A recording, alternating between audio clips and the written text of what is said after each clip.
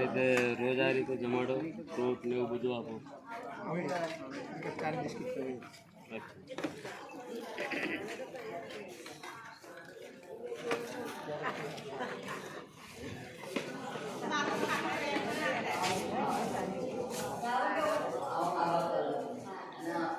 રહેવા માટેની સગવડ છે બધી. હા, જો બધાને સિંગલ બેડ આપેલો છે સૂવા માટે, બરાબર. પંખા છે, બધી વ્યવસ્થા છે.